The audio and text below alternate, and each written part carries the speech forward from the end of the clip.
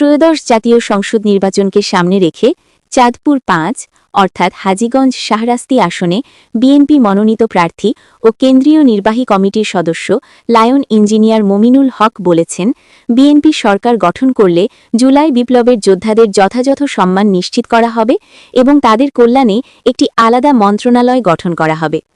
সোমবার ৯ ফেব্রুয়ারি বিকেলে হাজীগঞ্জ পশ্চিম বাজারের বিশ্বরোড সংলগ্ন এলাকায় আয়োজিত এক বিশাল নির্বাচনী জনসভায় প্রধান অতিথির বক্তব্যে তিনি এসব কথা বলেন।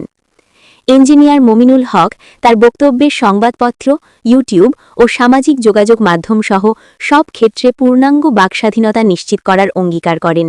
তিনি বলেন, বিএনপি ক্ষমতায় গেলে বিচার বিভাগকে সম্পূর্ণ স্বাধীনভাবে পরিচালনার জন্য আলাদা মন্ত্রণালয় গঠন করা হবে।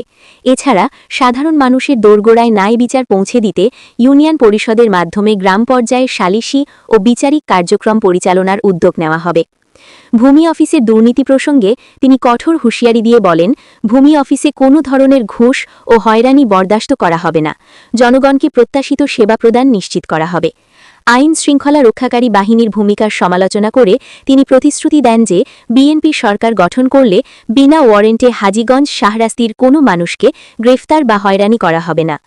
সমাজ থেকে মাদক নির্মূলে শূন্য সহনশীলতা বা জিরো টলারেন্স নীতি ঘোষণা করে তিনি বলেন, মাদকের বিস্তার বন্ধে কঠোর ব্যবস্থা নেওয়া হবে। ধর্মীয় সম্প্রীতি প্রসঙ্গে তিনি বলেন, বিএনপি ধর্ম নিয়ে সমতার নীতিতে বিশ্বাসী। এখানে কেউ সংখ্যালঘু হিসেবে বৈষম্যের শিকার হবে না। বিশেষ করে হিন্দু সম্প্রদায়ের বিচারিক বিষয়ে বিএনপির কোনো নেতাকর্মী হস্তক্ষেপ করতে পারবে না। ভূমিদস্যু, জালিয়াত ও দখলবাজদের সতর্ক করে দিয়ে বিএনপি প্রার্থী বলেন, প্রতারণা করে পার পাওয়ার দিন শেষ। সাধারণ মানুষের সম্পদ দখলকারীদের বিরুদ্ধে কঠোর আইনগত ব্যবস্থা নেওয়া হবে।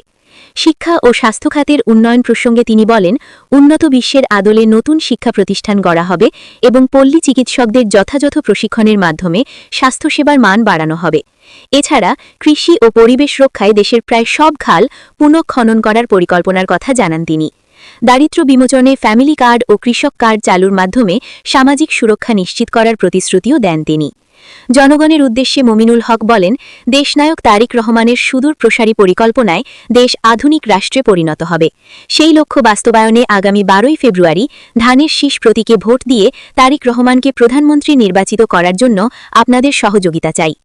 হাজীগঞ্জ উপজেলা বিএনপির আহ্বায়ক মনিরুজ্জামান মনিরের সভাপতিত্বে এবং সদস্য সচিব এম.এ. রহিম পাটোয়ারির সঞ্চালনায় অনুষ্ঠিত এই জনসভায় জেলা, উপজেলা ও বিভিন্ন ইউনিয়ন থেকে আসা বিএনপি, যুবদল ও ছাত্রদলের বিপুল সংখ্যক নেতাকর্মী উপস্থিত ছিলেন। ধৈর্য সহকারে আপনারা থাকবেন।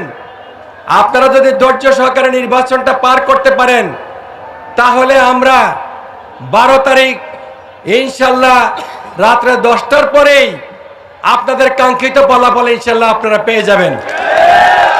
প্রিয় ভাইরা আমার, আমরা আপনাদেরকে অনুরোধ করব, আমি আপনাদের পাশে দীর্ঘদিন ছিলাম। আমাদের নেতা তারেক সাহেব 16 বছর দেশে ছিলেন না। নতুন একটা বাংলাদেশ গঠন করার জন্য আপনারা তারেক সাহেবের কেউ নেই।